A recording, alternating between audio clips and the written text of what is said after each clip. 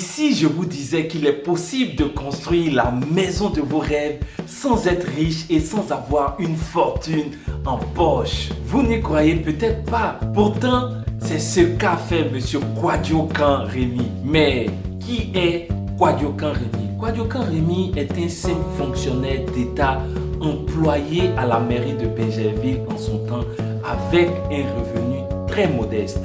Malgré tout, il nourrissait un rêve très ambitieux, celui de construire une villa et non pas des moindres, une villa duplex pour lui et sa famille. Et comment réussir ce défi-là avec un salaire si maigre et avec toutes ces charges de fin du mois, loyer, popote, CIE, SODECI et tout ça. C'est alors que Kwadwo Rémy a imaginé une stratégie incroyable afin de réaliser son rêve de devenir propriétaire.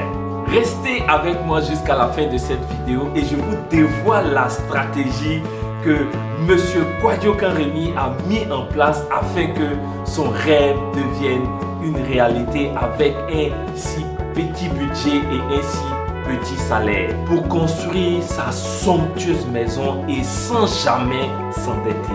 Bonjour à tous, moi c'est Stéphane Kakou et ici nous parlons d'immobilier, nous parlons de business dans l'immobilier et moi-même je suis multi-investisseur dans le secteur de l'immobilier en Côte d'Ivoire. Avant que je commence à vous raconter cette histoire inspirante, je vous informe que en ce moment j'ai 4 villas duplex que je suis en train de réaliser à Bingerville, Anan, disponibles à la vente et tous ceux qui sont intéressés pour l'achat de ces villas-là, si vous êtes de la diaspora, si vous êtes en Côte d'Ivoire et tout ça, et si vous cherchez un logement bien construit, un logement décent, vous pouvez me contacter par WhatsApp en dessous de cette vidéo. Tous mes contacts y sont afin que je puisse vous envoyer le plan d'affaires de ce projet-là. Comme je vous l'ai dit, nous avons 4 villas duplex en construction. En ce moment, nous sommes au niveau dalle. Et figurez-vous que nous avons déjà une réservation. Donc, en réalité, il nous reste que 3 villas duplex disponibles à la vente. Contactez-moi et je vous dirai tout. Et sans plus tarder, voici l'histoire de Monsieur Kwadwo Rémy qui a réussi à construire sa somptueuse villa duplex sans avoir des moyens extraordinaires. C'est parti. Alors, avant de rentrer dans le vif de cette histoire-là, il faut savoir que Monsieur Kwadwo, nouvellement affecté à la mairie de Bingerville, il a eu une opportunité et a pu acquérir un terrain. Donc nous partons sur la base que Monsieur Kwadwo Rémy avait déjà son terrain. Et à l'époque, ce monsieur que je connais personnellement et pour des raisons de confidentialité, je l'appelle Monsieur Kwadwo Rémy, m'avait contacté afin de me parler de sa stratégie.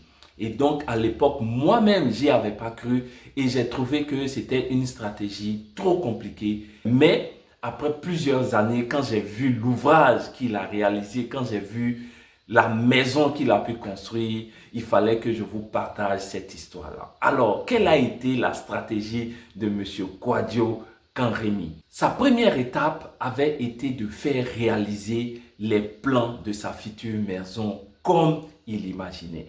Et quand moi-même j'ai vu les plans, je lui ai dit, écoute, tu es fou parce que où tu sortiras tous ces moyens afin de construire cette villa duplex qui est quand même d'un standing assez élevé, vu ton niveau de fonctionnaire à la mairie de Bingerville en son temps. Alors, il m'a dit, j'ai un plan. Et c'est ce plan-là que nous allons développer ensemble. Donc, avant tout, Monsieur Kwadwo avait une vision sur son projet. Il savait ce qu'il voulait. Voilà, malgré son niveau de revenu, il n'a pas voulu rêver petit, il a voulu rêver grand pour sa future maison. Donc, il savait déjà ce qu'il voulait. Donc, les plans finis, Monsieur Kwadwo a décidé de commencer son projet immobilier par réaliser des dépendances. Et chez nous, en Côte d'Ivoire, nous appelons ça entrée couchée. Et qu'est-ce qu'il a fait? Il a fait 2 entrées couchées. Et à l'époque, figurez-vous qu'il était déjà marié et qu'il avait 2 enfants. Donc, il a réalisé 2 entrées couchées tout à fait au fond de son terrain. D'accord? Et il a fait une terrasse sur le côté. Et une entrée couchée pour lui, une entrée couchée pour ses enfants, d'accord, et la fille de maison, et il a fait une terrasse, d'accord, à la suite de l'autre entrée couchée de la dépendance où il a aménagé pour faire un salon, où il a mis une table à manger et tout ça. Et il a déménagé avec sa famille dans cette dépendance-là. Moi-même, à l'époque, je lui disais qu'il était fou d'amener sa famille dans un endroit si éloigné. Parce qu'à l'époque, figurez-vous, il y a au moins plus de 10 années, Bingerville n'était pas ce que vous connaissez aujourd'hui et son terrain était vraiment quasiment dans la brousse. Et je lui disais à l'époque, mais tu fais prendre des risques à ta famille. Et il m'a dit, j'ai pas le choix et c'est mon projet de vie. Donc, vous comprenez avec moi que ce monsieur-là, avec une vision qu'à l'époque, nous-mêmes n'avons pas vue.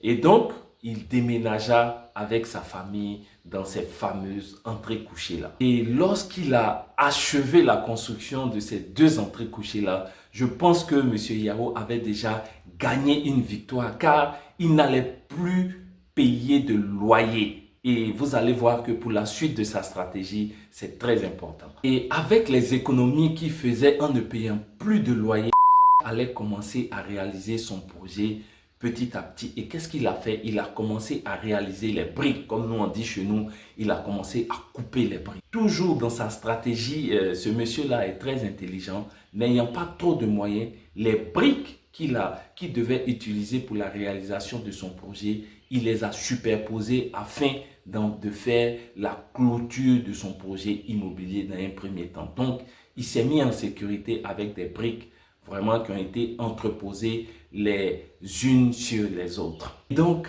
année après année, brique après brique, M. Kouadio a commencé à construire sa clôture de manière correcte. Au bout de quelques années, il a commencé à réaliser ses fouilles pour sa villa duplex afin de commencer à construire son projet immobilier. Et si ce contenu-là vous plaît, si cette histoire-là vous inspire, je vous invite à m'envoyer un gros pouce bleu, à vous abonner à la chaîne et à partager cette vidéo afin que l'histoire de M. Kouadio puisse inspirer d'autres personnes qui pensent qu'ils sont bloqués à un salaire et qu'avec un petit salaire, ils ne peuvent pas réussir à construire leur chez eux.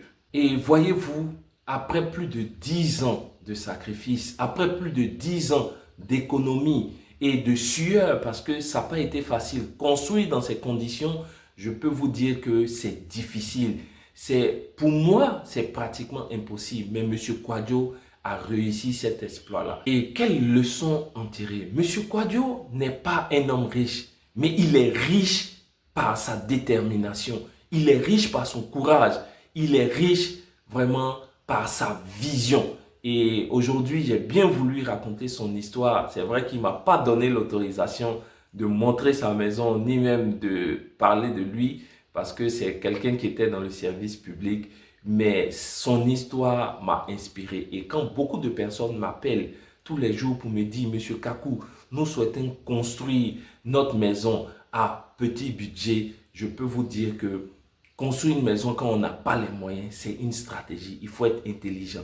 Donc, c'est pour ça que j'ai dit comment est-ce qu'un pauvre peut construire sa maison.